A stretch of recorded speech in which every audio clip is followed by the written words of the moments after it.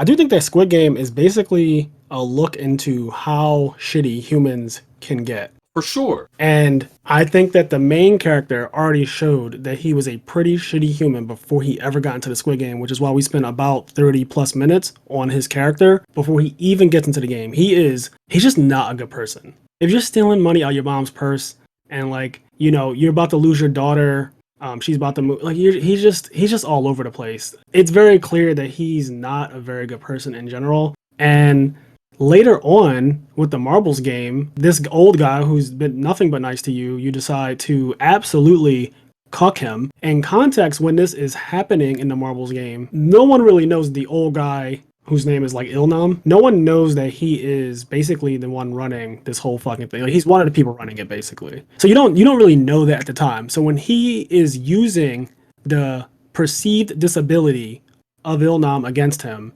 to win the game, one, I want to make this clear.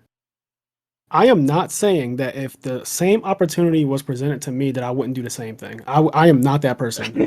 If I was on if I was on my last couple of marbles and the guy I was playing, his dementia just so happened to start kicking in at that very moment and I won because of it, I'm not going to sit here and act all holier than thou like I wouldn't save my life doing exactly what Gihan did. But at the same time, like, it is a question of morality. And I do want to say that, like, there's a lot of evidence for him being a bad person. Now, there's also evidence of him, I guess, being something other than that, but so that's kind of where I'm coming from, in that I do think obviously like he's like everything that you listed is true, right? In terms of like his state before the Squid Game even starts.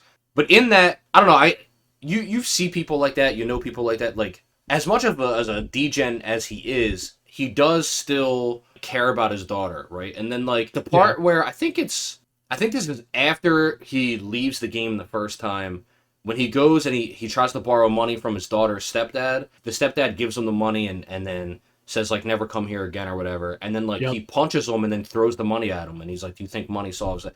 And it's like one of those things where it's in that moment it showed he had a bit more integrity than you would have thought from him. And then he goes back into the fucking Squid Game. But he goes back into the Squid Game. There's more than one reason, but I feel like one of the biggest reasons is because his mom is going to die and he needs the money for the hospital bills. But the situation where he takes advantage of the old man's dementia, it's obviously horrible. When I was watching it, I was like, man, it fucking sucks. But just like you, it's like, I'm not going to sit there and act like I wouldn't do the same thing. Yeah. My life is on the line, number one. Yes. But number two, that game is designed to put you against somebody. Like the one dude was fucking against his wife, right? Because you partner up. You partner up with somebody, and obviously you partner up with somebody that you trust the most or whatever, or who you think will give you the best chance at winning. And I think something that was interesting was like, before he screws over the old guy, he makes the decision to be on his team. Before he knows it's going to be a game where he goes against his partner, he chooses basically the weakest link there out of friendship. And I think that can be perceived either way, but that is true. He does choose the old guy, but that can also be looked at as on purpose because he is the most frail person there. And I'm sure you can understand why that would be a thing, right? It's same thing for why when people were choosing for tug of war, they didn't know they were going to play tug of war. But even though they could have fucking looked at the walls, but they didn't know they were going to play tug of war, and there was a team. I call this guy the gangster. He is the gangster. I'm going to refer to him as the gangster for pretty much the entire podcast because I don't know his name, and honestly, I don't even. Yeah, his name's like Duck Sue or something, but it doesn't matter. He's the G. Yep, he's the G. So the gangster guy, he assembled a team of men who are pretty brawny, not the smartest, right? We've seen this trope used in so many things. So many anime, you have the really diesel guy and then a bunch of his little lackeys, and they're literally fucking idiots. That's literally his whole team. But it was smart for tug of war. For tug of war, he was going to steamroll every other team. If they had to go, like let's say tug of war was a bracket, they won the Squid Game. Well, I guess they won until it was to the point where they had to play against each other and do something else. But they would have steamrolled every other team if that was the case. So in that way, it's like you choosing was smart for that. The fact that the marble game came after, right? After you've seen that strength is a factor in some of these games. The more I talk about this show, the more I'm realizing how much I actually really like it. This is probably our first podcast where we like disagree so much, I guess, or like I think so. Have different viewpoints. But when he's choosing the old guy, I almost see it as I'm choosing you because if it comes down to any physical activity, I auto win. And maybe that's just my thinking. Maybe that's just how I think. I'm thinking from a strategic standpoint. This is a game of life and death, right? Like we've never been put in any situation like this. Yeah. I don't exactly know 100% all things that I would do in a life or death situation like this. This is so extreme. But looking at how the game has progressed, is not. If that was the first game, sure, no malice. But it being so late, it could be argued. Is all I'm saying. It could be argued that he did it because. I'm not 100% sure what you're saying, because like when they're picking a teammate, what do you mean? Like when he picks a teammate, you're saying he auto wins if he picks the old guy. So this is what I got into the argument with. What I had to stop and write down earlier in the episode on Facebook. Yeah. Someone said that you pretty much. I'm actually just going to bring it up. I'm just going to bring up the exact Facebook comment because I don't want to misquote. I don't want to misquote him, but essentially it was about picking a person. I said I disagree that you pick somebody that you know. When I first saw they had to pick one person, I immediately said do not pick a friend. I immediately and I had company. I fucking had company who can verify. I was like, you do not pick a friend here. It's so obvious to me. I said to me, this part was so obvious. I've watched too much TV. So let me just find the exact thing that he said. So it was the one where I said, what's the worst game as far as like what's the most fucked game? Let's see. He said, I think the marbles game. So my friend, and he's actually going to come on the podcast when we do an episode about, I believe he wanted to do an episode on food. So if we do any kind of like food episode or like maybe I'll watch Food Wars or something, he'll come on. But my friend Dominic Roberts, really good friend of mine from the Yu-Gi-Oh community, he said, I think marbles is the most fucked game because picking a random number and being essentially assigned death up through 12 is way less fucked than picking a partner to kill/be killed by unknowingly. You always pick a teammate or someone close, so it's definitely the most fucked in my opinion. And I responded, I disagree actually.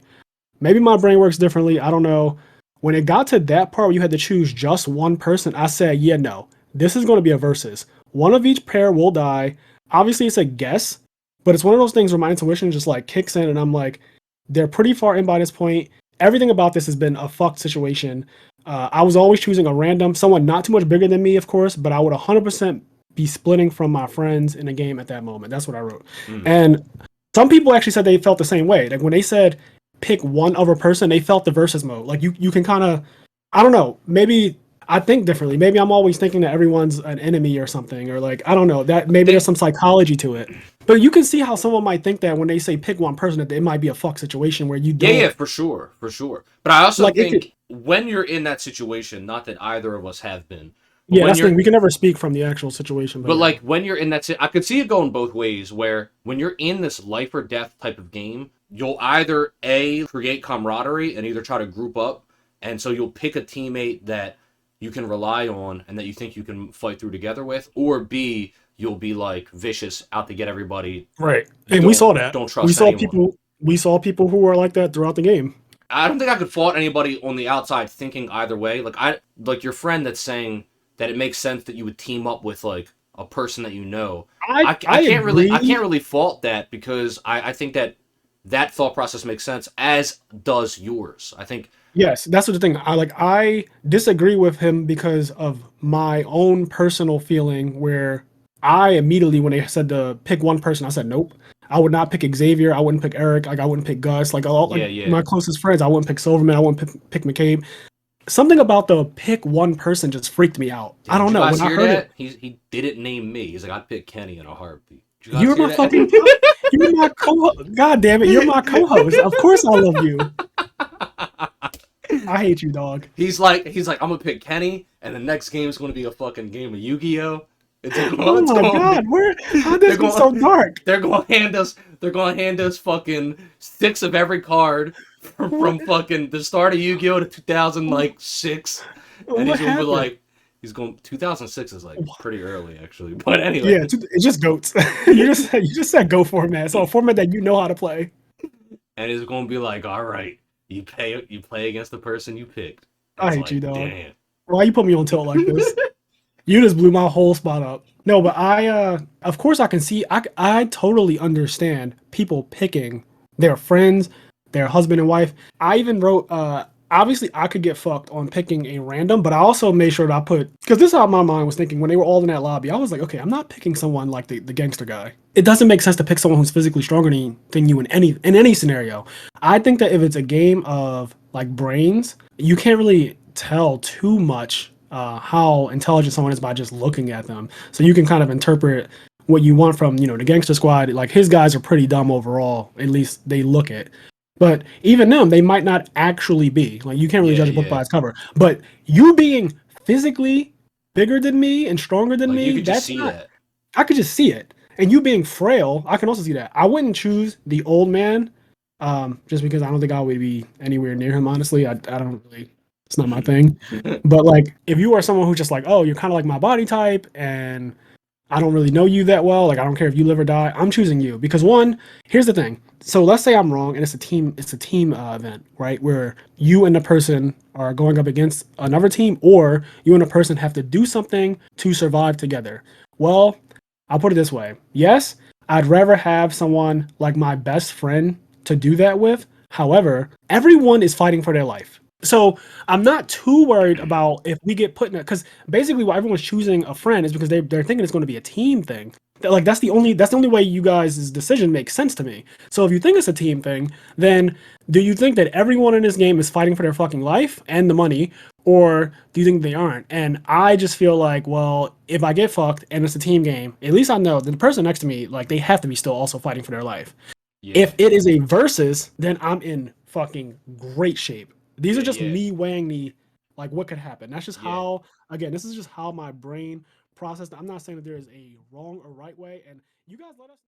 Hey guys, if you like this clip, we have full video versions of our podcast episodes available on the IMNerd Patreon, as well as exclusive content. If you'd like to listen to our full podcast episodes or find us on any other social media platforms, you can do so by clicking the link tree below.